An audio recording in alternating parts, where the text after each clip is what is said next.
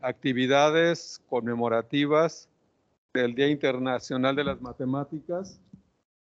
A continuación, vamos a tener la presentación que nos va a hacer la maestra Laura del Carmen Sánchez Quiroga.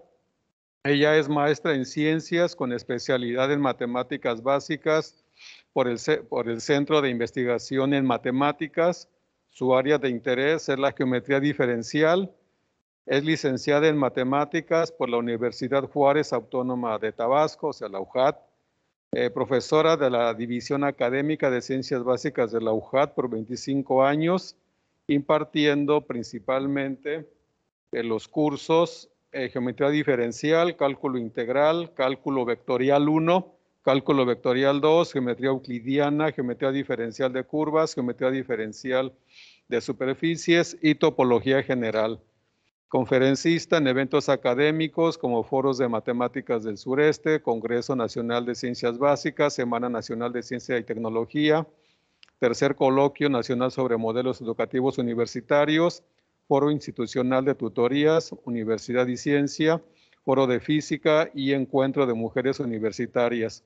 Directora de tesis para titulación de licenciado en Matemáticas, en Topología y en Geometría Diferencial, asesora de estudiantes para su participación en concursos de carteles en eventos científicos que han obtenido primer lugar, tercer lugar y mejor cartel, delegada por el Estado de Tabasco para la 16 y 17 Olimpiada Mexicana de Matemáticas y miembro del Comité Estatal de la Olimpiada de Matemáticas desde hace varios años. Miembro del comité organizador de eventos académicos como Olimpiada Regional de Matemática, Foro de Matemáticas del Sureste, Congreso Nacional de Ciencias Básicas, Escuela Nacional de Optimización y Análisis Numérico, Comité Local, Congreso Nacional de Matemáticas, Comité Local y Escuela de Matemática de América Latina y el Caribe, EMALCA, Comité Local. El título de su conferencia, pues, es Estudio Local de Superficies.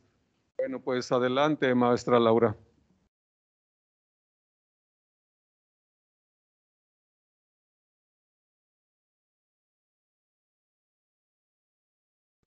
Muchas gracias por la presentación, doctor Edilberto. Bienvenidos sean todos a las actividades conmemorativas del Día Internacional de las Matemáticas. Bueno, vamos a continuar con esta charla que les quiero dar acerca de lo que es el estudio local de superficies.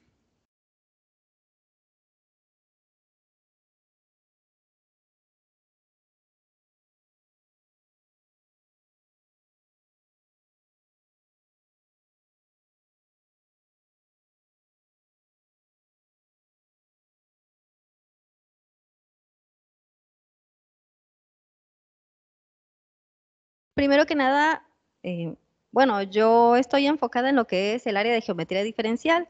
¿Y cuál es el objeto de estudio de la geometría diferencial? Bueno, pues los objetos geométricos que percibimos como de una dimensión en su totalidad, como por ejemplo las curvas, son objetos que percibimos como de una dimensión. O bien los objetos que percibimos de dos dimensiones, como son las llamadas superficies, ¿no? Se inspira en el plano euclidiano, y entonces uno se pone a estudiar otros objetos que, digamos, en secciones pequeñas o en una vecindad de donde estamos, tienen una noción de dos dimensiones. En su totalidad, todo ese objeto. También las tres variedades, como donde estamos ahorita, un espacio que se percibe como de tres dimensiones, etcétera. En general, N variedad abarca todos estos objetos. Sin embargo, N debe estar fijo para cada caso, ¿sí? Aquí tengo un ejemplo de lo que es esta curva que está aquí. Esta curva sería una 1 variedad.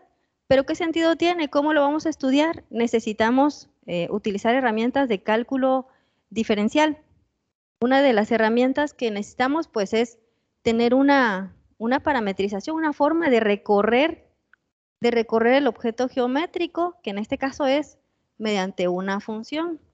En esa misma figura también tenemos un cilindro. Un cilindro vendría a ser un ejemplo aquí geométrico de lo que es una 2 variedad.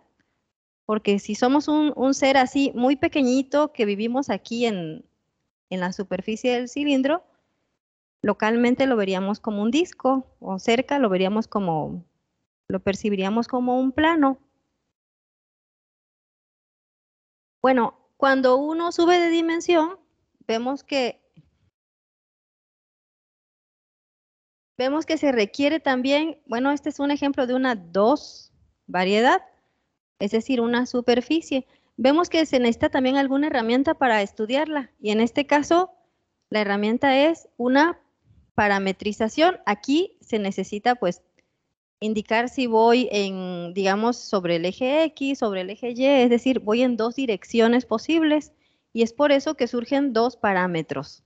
En este caso del ejemplo, sale el parámetro, este ángulo, que se mide desde el eje X positivo, digamos, lo voy midiendo sobre el plano que está ahí marcado. Y el otro ángulo sería a partir del polo norte, si pienso que esto es como la esfera de la Tierra, sería a partir del polo norte y sobre una de estas líneas que están aquí verticales, que son los meridianos. Entonces el ángulo se mide, este ángulo de manera horizontal, se puede decir sobre este plano, y el otro ángulo a partir del polo norte es un ángulo con respecto al eje Z. La longitud, y la otra no sería la latitud, porque cuando nos enseñan a buscar puntos, ¿no? La longitud va en este sentido, y la latitud va, digamos, de este punto hacia arriba, pero ahora vamos a medir de arriba hacia abajo, usando ese ángulo. ¿Por qué? Porque vamos a usar como eje de referencia el eje Z. Bueno, lo que les quiero decir aquí es que ¿cómo nos imaginamos una superficie? Bueno, vamos a ir pegando pedacitos de plano, pero los queremos pegar de una manera que no queden picos, que no queden bordes, que todo quede como muy suave para poder usar las ideas o todas las herramientas del cálculo diferencial. Aquí sería cálculo de 2 variables, ¿no? Necesito 2 variables. Y bueno, para decir matemáticamente qué significa todo esto, de que no hay autointersecciones, no hay picos, no hay bordes, pues se requiere de un lenguaje, y el lenguaje es el siguiente. Está un poco densa lo que vamos a entender por una superficie, pero prácticamente lo que queremos es eso. Vamos a ir pegando pedazos de plano. ¿Y cómo será eso? Bueno, vamos a considerar funciones que van de un pedazo del plano en una parte de la superficie. ¿Y cómo le vamos a pedir que sea suficientemente suave? Pidiéndole que sea diferenciable. ¿Cómo le vamos a pedir que no tenga autointersecciones? Pues que sea un homeomorfismo, que ahorita explico un poquito, y que no tenga pico, se puede decir, que sea regular. Así rápidamente lo que significan esas condiciones es esto. Como vimos, es una función de 2 variables.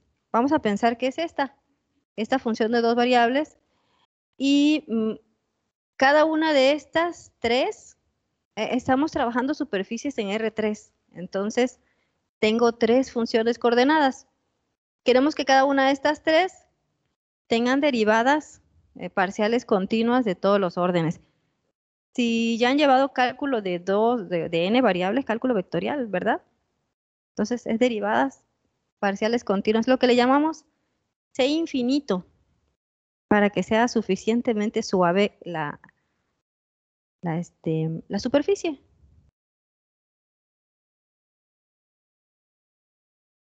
Para que se vea como un planito en cada parte, le pedimos que tenga una inversa y que sea continua.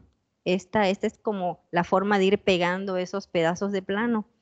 Ahora bien, localmente se va a ver como ese pedacito de plano, porque esta condición lo que nos dice es que no rompo el pedazo de plano cuando lo voy a pegar.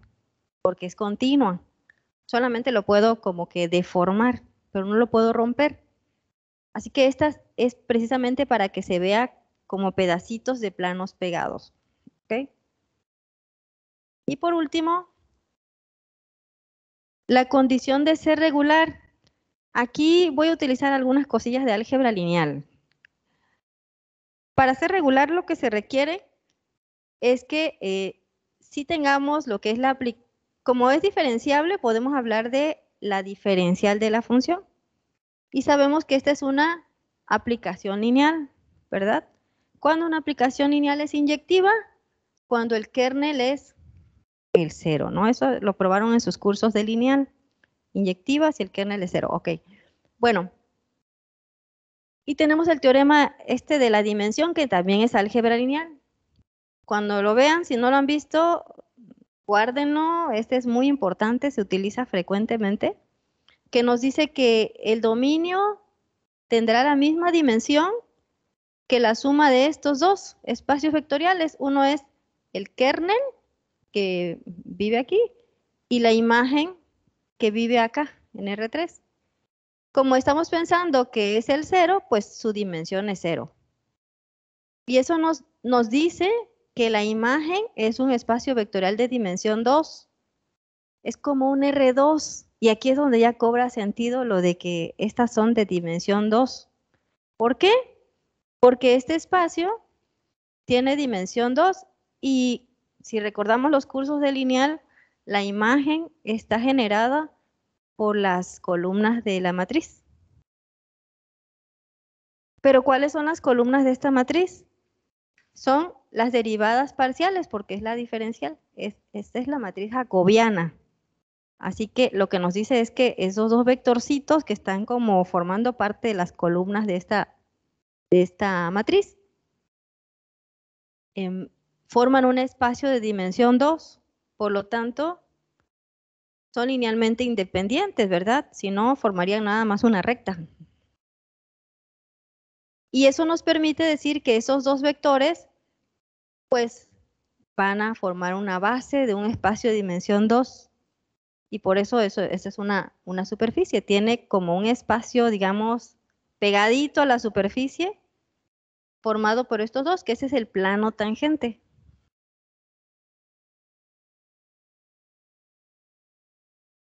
Otra de las cosas importantes que se estudian en las superficies es la métrica. Aquí dibujé un diagrama donde queremos llegar del punto A al punto B, ¿vale? Y esto que está aquí es esto es una cuadra, esta es otra cuadra, esta es otra cuadra. Y es la métrica de ciudad, algunos le llaman la métrica Manhattan. Imagínate que quieres llegar del punto A al punto B y tienes muchas maneras de llegar, ¿no? Se puede llegar por esta trayectoria, por la trayectoria azul, por esta otra o por esta otra. ¿Cuál será el camino más corto de todos esos? Quiero ir rapidito y quiero llegar rápido. ¿Cuál camino sigo para que llegue en menor tiempo? Opinen. Pues cualquiera, ¿verdad? Es decir, todos miden lo mismo. Da lo mismo que yo vaya por aquí o que vaya por acá. Pues todo mide lo mismo, ¿sí? En esta métrica, cualquiera de estos caminos mide lo mismo. Bueno, ahora conceptualmente lo que nosotros queremos es determinar caminos que nos lleven de un punto a otro punto en la superficie. Y nosotros en cálculo diferencial nos enseñaron cómo calcular la longitud de una curva, de un camino. La longitud está dada por esa integral. ¿Y qué cosa hay aquí? Ahí está la derivada de la parametrización. O sea, la curva la tengo que parametrizar y aquí está la derivada. Así que una de las cosas que hace la geometría es, ¿cómo le hago para medir esto? ¿Qué será eso en una superficie?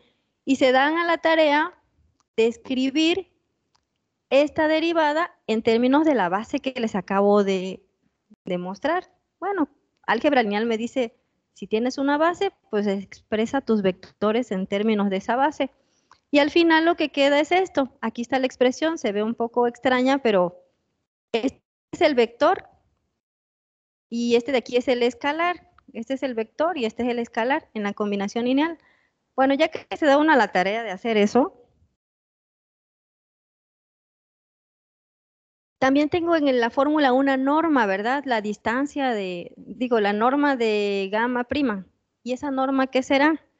Pues simplemente es restringir el producto interior y definir con el producto interior a la norma. ¿A dónde lo voy a definir?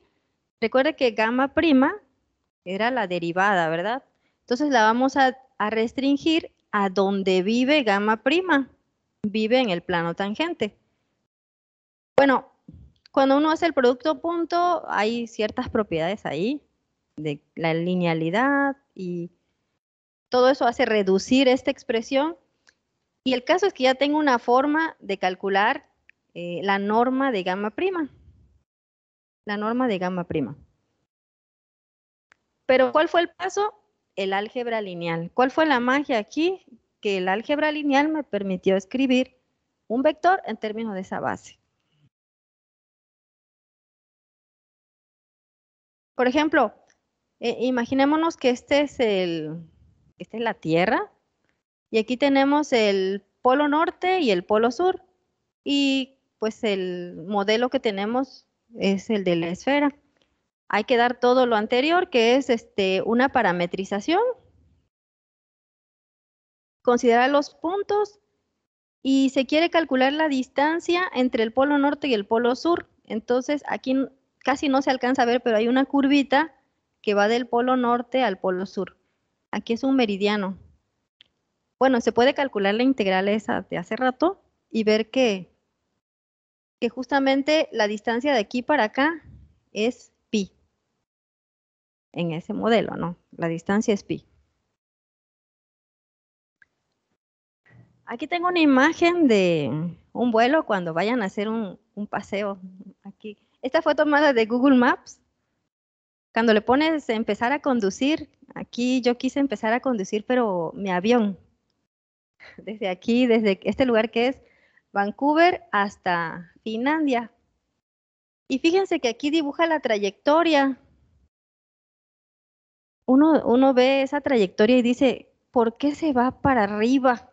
Casi pasa por aquí, ¿no? Por el polo norte. ¿No sería más fácil irse acá por la parte más cálida? ¿Por qué toma esa trayectoria? Bueno, porque está buscando la trayectoria más corta para llegar de un lugar a otro. ¿Y cómo se encuentra esa trayectoria más corta? Bueno, básicamente lo que está usando es lo que llamamos una geodésica, que es la curva donde se alcanza la distancia más corta. Aquí tengo un dibujo donde está este punto y este punto. Y se quiere conocer la curva, la geodésica entre ellos dos.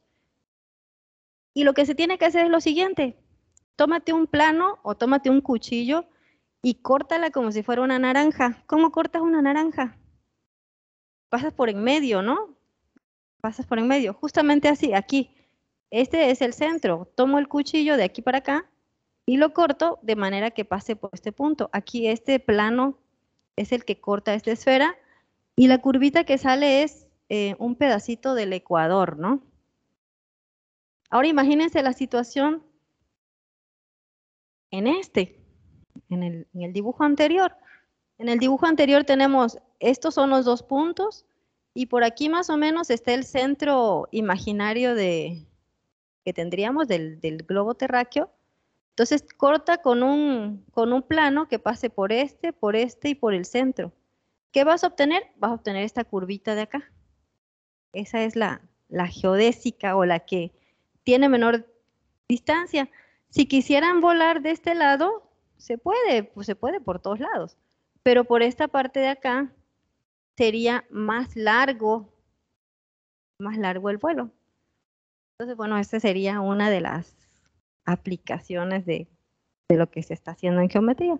Se usa para rutas de vuelo. Otra de las cosas que se pueden calcular son ángulos entre curvas. El ángulo entre dos curvas que se intersectan es el ángulo entre sus vectores tangentes. Y esto nos lo han enseñado desde siempre, cómo calcular el ángulo entre dos vectores, ¿verdad? Bueno, este es para el caso de la esfera. Aquí se están parametrizando. ¿Qué cosas son estos? Alfa prima y beta prima son las derivadas de estas funciones que a su vez son parametrizaciones de las curvas que se intersectan. Entonces, aquí estamos dando una parametrización que es alfa de t. Y esto, ¿cómo lo entiendo? Es una de las curvas donde tengo fijo al parámetro t. Entonces, perdón, donde tengo fijo al segundo parámetro. Esto nos dice, fija el segundo y cambia el primero. Estas serían como las coordenadas. Digamos, cuando estás en el plano y quieres dibujar una recta horizontal, ¿cómo es la ecuación de una recta horizontal? Y igual a 5, por ejemplo, es una recta horizontal. Dejas libre la X y fijas la Y. Entonces, esa es como la idea aquí. Dejar fija una y conseguir, esta es X varía y Y está fija. Sería como una recta vertical. Esta sería como una recta horizontal. Pero al ponerle la R, ya esa recta la estás poniendo en la superficie. Ya, esta R es la función de la superficie. Aquí estarían los cálculos de escribir los vectores en términos de la base. Aquí el vector tiene coordenadas 1, 0 y el segundo vector coordenadas 0, 1. Se quiere hallar este ángulo. Y bueno, cuando se sustituyen estos elementos aquí, nos queda la expresión en términos de la base, nos quedó así, que son las derivadas parciales. El producto de la derivada parcial de R con respecto de U y R con respecto de B entre la norma. Estos surgen muy continuamente en la teoría y por eso les ponen nombres especiales. Les llaman F, E y G. Y cuando uno quiere aplicar aquí el coseno del ángulo, tendría que calcular este producto, pero este producto punto, haciendo las cuentas, que es derivando y haciendo el producto punto, vas a obtener que es igual a 0. Quiere decir que el coseno de este ángulo es 0. Por lo tanto, el ángulo es pi medios. El ángulo es pi medios, es decir, se intersectan en un ángulo de 90 grados. Aquí está un diagrama. Una de las curvas es esta, como casi horizontal, y la otra es casi como la vertical. Y eso quiere decir que en este punto donde está la intersección, aquí hay ángulo de 90.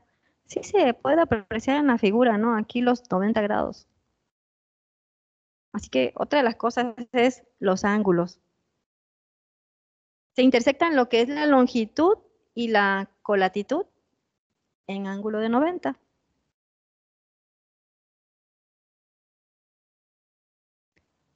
Cosas diferentes que vemos de lo que es en el plano son figuras como esta. Nosotros sabemos que la suma de los ángulos interiores de un triángulo en el plano, ¿cuánto es? 180. ¿Y qué pasa en este caso?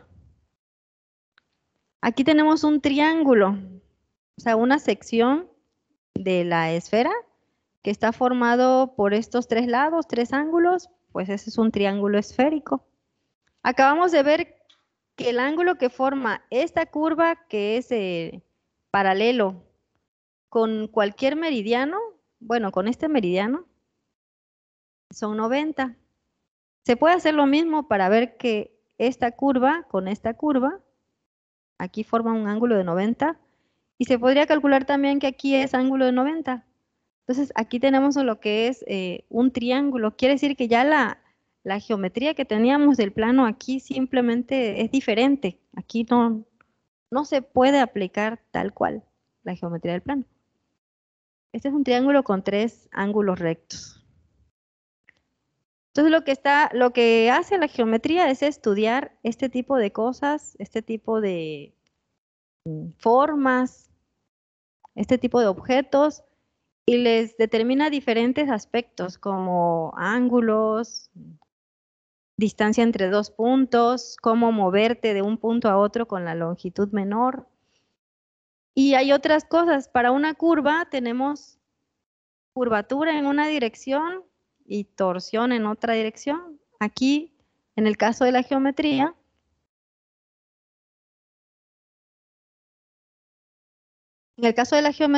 tenemos también como nuestro objeto de estudio es la superficie. Aquí tenemos la superficie de un toro, se le llama. No es más que tomar una circunferencia y rotarla a lo largo de otra circunferencia. Se genera esta superficie. Localmente, es decir, si yo fuera un ser que vive aquí, suficientemente pequeño, no me doy cuenta de todo lo que ocurre acá. Si soy suficientemente pequeño, pensaría que vivo en un mundo plano. Así es que aquí pues no se ve nada en este puntito, pero si calculamos ciertos elementos que se les llaman curvaturas, entonces sí podría darme cuenta que hay puntos diferentes unos de otros. ¿Cuáles puntos podrían ser diferentes? ¿Y qué elementos tengo para identificarlos? Pues el elemento es el plano. Aquí está el plano. Imaginémonos que tomamos un punto de aquí. Fíjate que si tú tomas el plano tangente para un punto que está en la parte de afuera de la llanta, como este, ¿hacia dónde queda la superficie? Toda queda de un lado, ¿verdad? Toda la superficie queda para este lado. Entonces, este tipo de puntos tendría que ser diferente de un punto que esté aquí en la parte morada. ¿Por qué? Porque si tomo aquí el plano, este es el plano tangente, aquí ya no sucede que toda la superficie está de un lado o del otro lado, ¿verdad? Aquí está cortando. Y eso lo que nos dice es que hay más tipos de puntos. Bueno, se analizan diferentes elementos como curvaturas que nos permiten determinar esos puntos cómo son.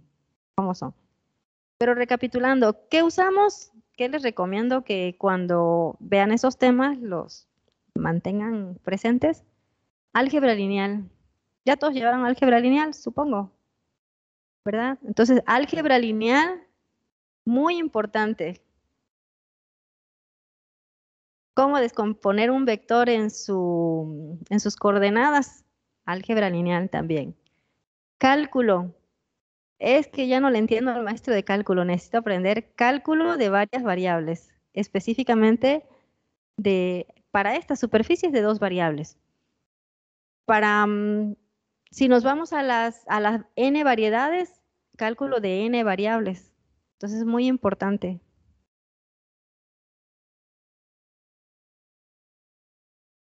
Así que de esta manera nosotros podemos determinar diferentes tipos de puntos. ¿Y por qué todo es local?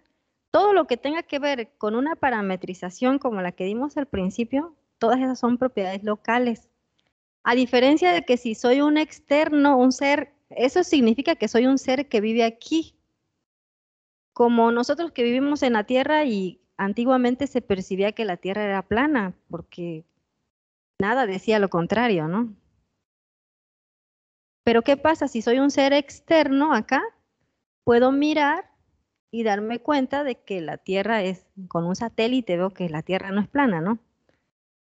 Ahora los científicos quieren conocer la forma del universo. Nosotros vemos que estamos en un universo de 3 dimensiones porque estamos inmersos en él, pero no sabemos si estuviéramos en un punto afuera del universo y desde ahí nos viéramos, diríamos, no, pues el universo es así, diría, según, ¿no? Así que pues no tenemos un punto externo, hay que buscar nuevas herramientas para, que de hecho lo estudia la geometría diferencial, para conocer la forma del espacio. Y bueno, es lo que les quería decir acerca de las propiedades locales de una superficie. Se pueden hablar de propiedades también de una 3 variedad, 4 variedad, 5 variedad, etcétera. Y es sorprendente que propiedades que se cumplen para 3 variedades no se cumplen para 4 y recíprocamente. O sea, no se generaliza así como al siguiente, al siguiente, al siguiente. No es tan simple. Y bueno, ¿tienen alguna pregunta?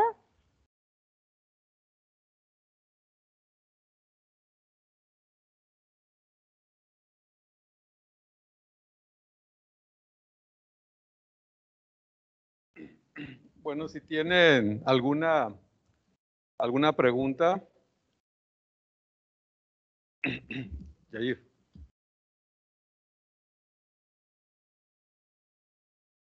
Buenos días. Así como que de manera general la pregunta sería, ¿qué propiedades son las que estudia la geometría diferencial? En el sentido de que, por ejemplo, usted mencionaba, estudia forma, estudia también las medidas que hay. Esas son las cosas que estudia la geometría diferencial, pero ¿hay algo más? Esa sería mi pregunta, así como que muy general. Pues en general lo que quiere la geometría es clasificar espacios, conocer diferentes espacios. Aquí en el caso de las 1 variedad, hay como que se fija uno en una dimensión y en esa dimensión en concreto puede tener sus propias características. Por ejemplo, las 1 variedad nos puede interesar cómo están ubicadas esas curvas, cuál es el vector velocidad, su tangente, cómo se mira dentro de un espacio. Pero también si cambiamos a las 2 variedades, por ejemplo, nos pueden interesar otras cosas, como aquí las diversas curvaturas que hay. Calcular área. Calcular el área en el plano no es lo mismo que calcular el área en una de estas superficies. Y en general interesa calcular las geodésicas, por ejemplo. Las geodésicas es de un punto a otro la distancia más corta. Ya más adelante, ven que tomamos una distancia basada en el producto punto euclidiano.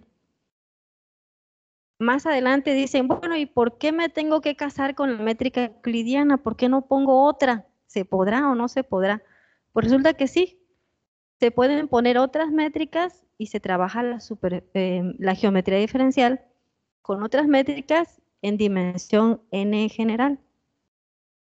Y pues salen cosas ahí interesantes. Por ejemplo, hay personas aquí más capaces que podrían hablar del tema, pero la geometría diferencial es uno de los modelos que se utilizó para la teoría de la relatividad especial. Entonces, es el modelo, digamos, de cómo describir la forma del universo. No sé si eso contesta un poco tu pregunta.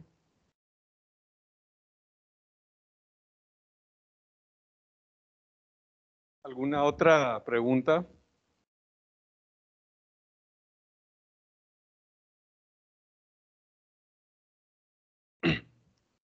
Nada más un pequeño comentario, Laura. Dijiste que antiguamente se pensaba que la Tierra era plana, pero bueno, me parece recordar que los griegos, bueno, los griegos de la Edad de Oro, de los griegos parece que ya habían ellos determinado que la Tierra era redonda, ¿no? Bueno, esas cosas luego se perdieron con la Edad Media y eso, y aparentemente no solo los griegos, sino también los científicos de la Edad de Oro del Islam, parece que algunos de ellos también ya habían determinado, aunque supongo que tú te referías a que ese conocimiento como que permaneció un poco perdido, ¿no? Y en general en Occidente era la idea que se tenía, ¿no? Que que la Tierra era plana. Me imagino que en ese sentido iba tu comentario, ¿no? Bueno, gracias. ¿Alguna otra pregunta o comentario para la maestra Laura?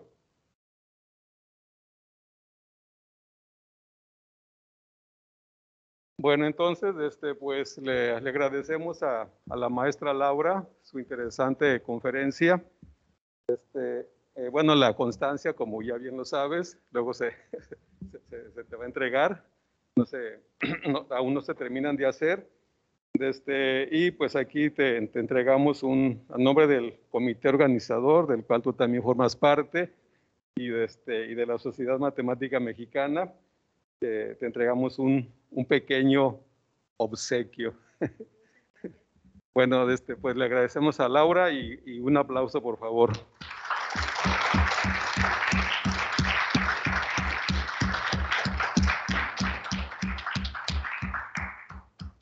Bueno, entonces, pues ya me imagino que ya podemos pasar al coffee break. Espero que ya esté listo, porque la siguiente actividad